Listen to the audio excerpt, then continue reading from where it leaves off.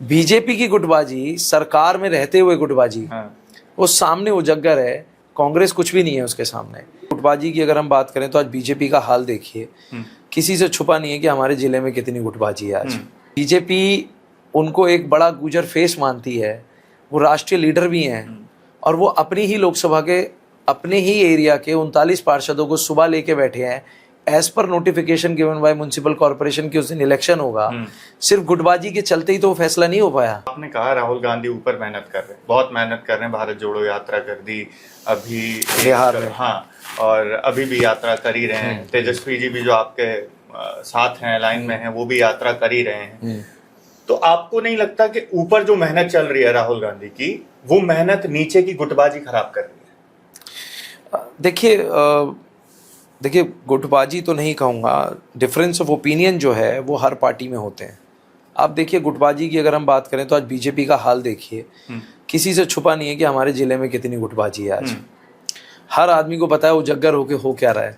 अभी पीछे इतना बड़ा ट्रेलर देखने को मिला किस तरीके से नगर निगम के उप मेयर और सीनियर डिप्टी मेयर के इलेक्शन के लिए, जिस तरीके से डिप्टी मेयर के दोनों पोस्ट के फाइनेंस के कमेटी के मेंबर के लिए, तो जिस तरीके से उसमें गुटबाजी निकल के आई कि बीजेपी के शीर्ष नेतृत्व सुबह से अपने 39 पार्षदों को लेकर सदन में बैठे हैं और शाम के 5 बज गए हैं और जो इस पूरी लोकसभा को रिप्रेजेंट करते हैं, केंद्रीय राज्य मंत्री हैं, बीजेपी उनको एक बड़ा गुजर फेस मानती है, वो राष्ट्रीय लीडर भी हैं और वो अपनी ही लोकसभा के अपने ही एरिया के 39 पार्षदों को सुबह लेके बैठे हैं। As per notification given by municipal corporation की उस दिन इलेक्शन होगा। सिर्फ गुटबाजी के चलते ही तो वो फैसला नहीं हो पाया।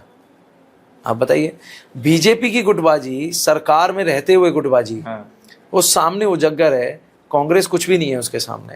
कांग्रेस पार्टी में तो डिफरेंस ऑफ ओपिनियन है और मुझे लगता है कि मैं अपनी पार्टी के बारे में भी मैं आपको क्लियरली बताऊं कि मेरी पार्टी में, हमारी पार्टी के अंदर, कांग्रेस पार्टी में गुटबाजी नहीं है।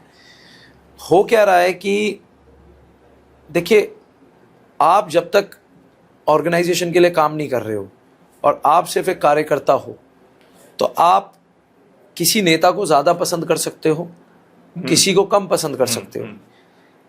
व्यक्तिगत रूप से मैं किसी पर्टिकुलर नेता को बहुत पसंद करता हूँ, मैं भी, चाहे वो राष्ट्रीय स्तर पे हो चाहे प्रदेश स्तर पे हो। ठीक है।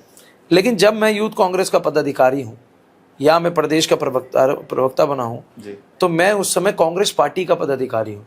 तो मेरी तो ये नसीहत है ऐसे पदाधिकारियों को भी कि अगर आपको पार्टी ने पद देकर भेजा है, किसी भी पदाधिकारी को, चाहे वो मैं हूँ चाहे कोई भी हो, आप अपनी व्यक्तिगत प्यार को, व्यक्तिगत पसंद को पार्टी से ऊपर ना लेके जाएं और पार्टी में सबको साथ लेके चलें।